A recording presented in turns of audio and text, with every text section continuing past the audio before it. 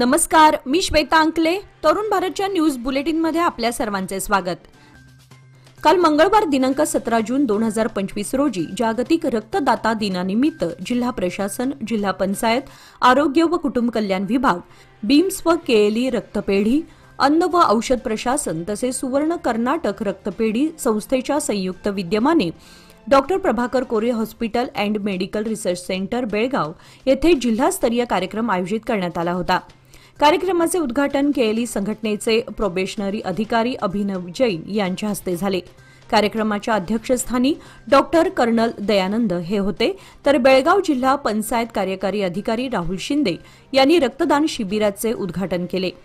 यावेळी कार्यक्रमात साजिद एम शेख यांनी 87 वेळा, गजानन गव्हाणी यांनी 60 वेळा आणि सुनंदा नारंग यांनी 25 वेळा रक्तदान केल्याबद्दल त्यांना सन्मानित करण्यात आले. याप्रसंगी 90 रक्तदात्यांनी रक्तदान केले.